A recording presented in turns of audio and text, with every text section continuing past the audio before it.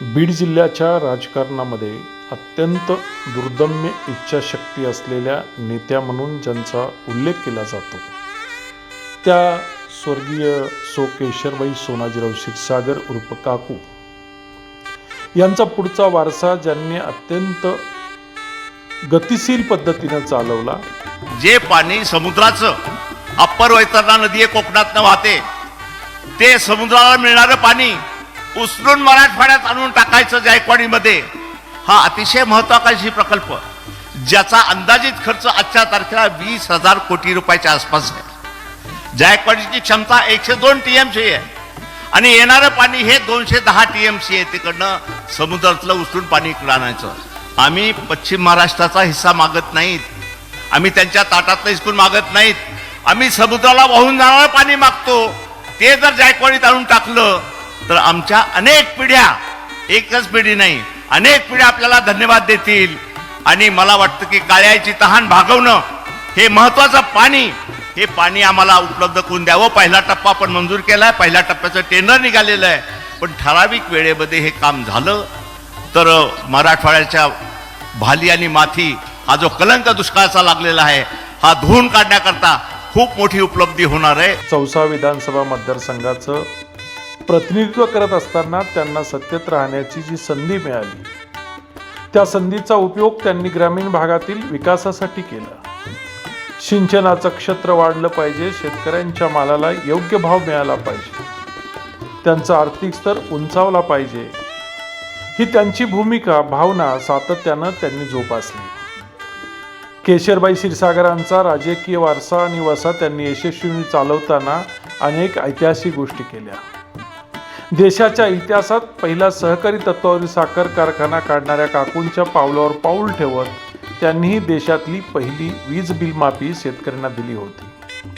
त्यांचं हे काम महाराष्ट्राचा राजकीय इतिहास कधीच विसरू शकणार नाही। माझा दावा आहे की मी सगळ्या जाती धर्माला बरोबर घेऊन जाऊ, कुठल्याही जातीचा माणूस असो, कुठल्याही धर्माचा असो, त्याला विश्वास आणि प्रतिष्ठा देत त्याच्या अडचणी सोडवायचा मी प्रयत्न केला।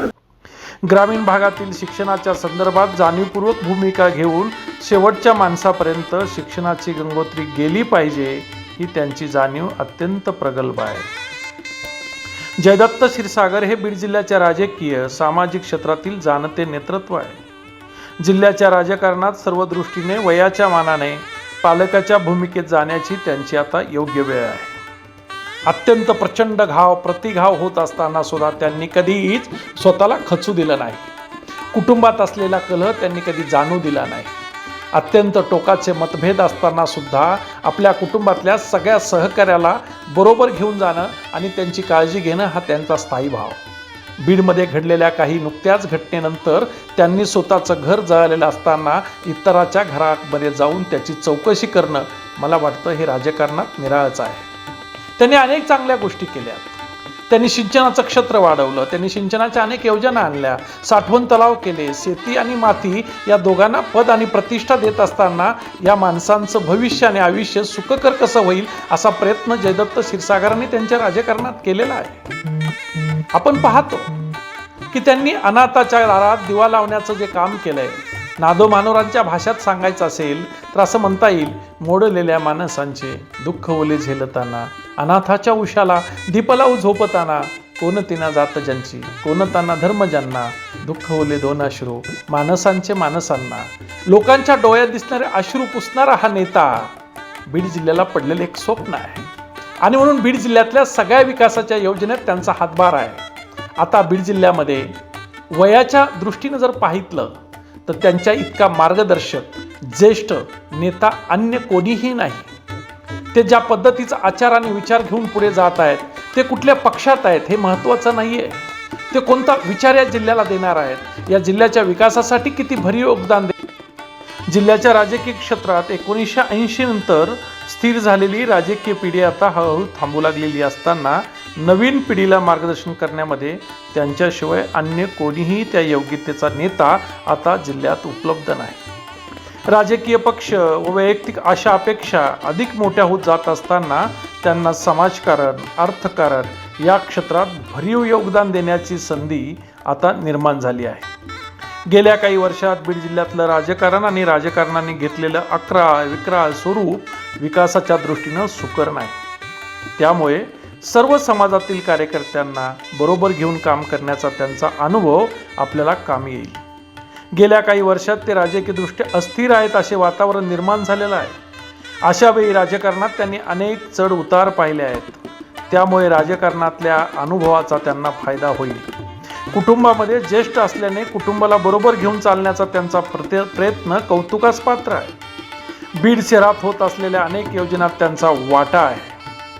नवीन वारसाकडे सूत्र देत असताना त्यांनी घेतलेली राजकारणातली काळजी एक राजकारणाला नवा आयाम देत आहे.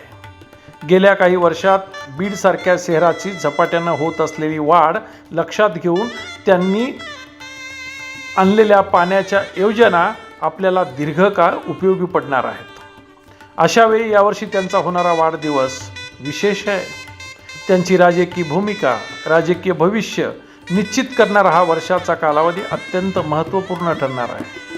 कदाचित पुढच्या वाढदिवसापर्यंत त्यांच्या नावलौकिकाला वेगळी उंची प्राप्त होणार आहे.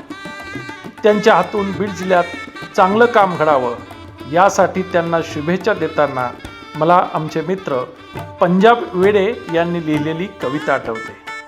ते असं लिहितात, एकदा हरलो म्हणून माझ्यावरती हसू नका, माझ्यावर टाकलेल्या डावात तुम्हीच फसू नका. या मातीनंच शिकवलंय कवच तिचं भेदायला, बळ सारं एकटून आकाशाकडे झेपायला. मला माझ्या क्षमतेवर पूर्णपणे विश्वास आहे, संपून जाईल मी हा तुमचा आभास आहे. संघर्षाचं बाळकडू नसा नसात आहे भिनलेलं, आकाशाच्या भेटीचं स्वप्नमनी धरलेलं. ऊन पाऊस वारा यांच्याशी मैत्री करणार, झेलून साऱ्या संघर्षाला उत्कर्षाची वाट धरणार. मला वाटतं इच्छाशक्ती, महत्त्वाकांक्षा आणि त्यांनी निर्माण केलेल्या सगळ्या क्षेत्रातला विचार करता जयदत्त क्षीरसागर हे बीड जिल्ह्यातलं अमृत महोत्सवाच्या वयाच्या दिशेनं निघालेलं, मात्र राजकारणात सुवर्ण महोत्सव साजरा करणारं हे व्यक्तिमत्व आहे. असं कोणतंच क्षेत्र नाही ज्या क्षेत्रात जयदत्त क्षीरसागरांनी काम केलं नाही. अध्यात्माचा असेल, शिक्षणाचा असेल, अर्थकारणाचा असेल, सहकाराचा असेल, उद्योगाचा आणि विकासाचा असेल. अनेक धार्मिक कार्यक्रमात त्यांचा सहभाग असतो. बीड जिल्ह्यात भगवानगड असेल, नारायणगड असेल, गहिनीनाथगड असेल, चाकरवाडीचा विषय असेल किंवा एखाद्या मुस्लिम धर्माचं प्रार्थनास्थळ असेल, या सगळ्या विषयाला आणि आशाला बरोबर घेऊन जाणारं व्यक्तिमत्व म्हणजे जयदत्त क्षीरसागर. बंकट स्वामीनं 2 हिरे निवडले ह्या बीड जिल्ह्यातले, भाऊ आणि बाबा, वामन भाऊ आणि भगवान बाबा. 2 हिराला पैलू पाडले आळंदीला नेऊन, आणि त्यांनी या बीड जिल्ह्यामध्ये अडाणी, अशिक्षित, व्यसनाधीन झालेल्या समाजाला जागृत करायचा अविरत प्रयत्न केला. राजकारणात, समाजकारणात कार्यरत असताना उच्च शिक्षित असलेल्या माजी मंत्री जयदत्त क्षीरसागर यांनी एक नवीन समीकरण जन्माला आणले. जातीविरहित कार्यकर्त्यांची टीम तयार करण्याचं श्रेय हे जयदत्त क्षीरसागरांनाच जातं. सुबह का भूला शाम को घरा तो उसको भूला नहीं कहते. देर आए दुरुस्त आए. आम्ही कधी सोडाचं राजकारण केलं नाही. ज्यांनी विरोध केला असेल तो लोकशाहीत केला. निवडणुका संपल्या, विरोध संपला. कधी बदला घ्यायचा, सूड घ्यायचं किंवा त्याला अडचणीत आणायचं, हे काम लोकशाहीच्या चौकटीत कधी आम्हाला शिकवलं नाही, कधी आम्ही केलं नाही. आणि त्यामुळं त्या मोकळ्या मनानं चर्चा करून आपण आता पक्षप्रवेश केलेला आहे. तुमच्या कामाचं योग्य मोल होईल, आपल्या कामाला निश्चित न्याय मिळेल. आणि आता जो राज्यमार्ग आपण केलाय, अगोदर पाऊलवाट होती, पाऊलवाटेनं अनेक नगरसेवक अगोदर आले. आता स्टेट हायवे झालाय, आता नॅशनल हायवे पुढे होणार आहे. हा नॅशनल हायवे 211 सांगत नाही, प्रवेशाचा नॅशनल हायवे. कार्यकर्ता उभा करताना कोणताही भेद न करता त्याला राजकीय व सामाजिक प्रतिष्ठा मिळवून द्यायची ही त्यांची राजकीय रणनीती अनेक वर्ष राजकारणात त्यांना जिवंत ठेवू शकते. पत्रकारानं सुई बनवून फाटलेलं हे समाजाचं महावस्त्र आहे. ते सुई बनवून टाका मारावा, कैची बनवून कापू नये. कैची बनवून कापणं हे खूप सोपं आहे, तर सुई बनवून धागा मारणं आणि टाका मारणं हे खूप अवघड आहे. आणि हे काम पत्रकारितेचं आहे. जांभेकरांपासून आज टाकायचं. हा विचार करताना आज त्यांचा वाढदिवस, हा वाढदिवस साजरा होत असताना आम्ही त्यांना आगामी काळात अधिक उंचीच्या ठिकाणी पाहू इच्छितो. ती उंची त्यांना भेटो एवढ्याच शुभेच्छासह मातीसाठी जगावं, मातीसाठी मरावं. बाळा माती लई थोर, तिला कसं विसरावं. जन्मलो आम्ही माती, किती होणारा माती, खापराच्या दिव्यात कधी पेटणारा वाती. हा वात पेटवण्याचा विचार त्यांच्या जन्मदिनी लागावा एवढाच.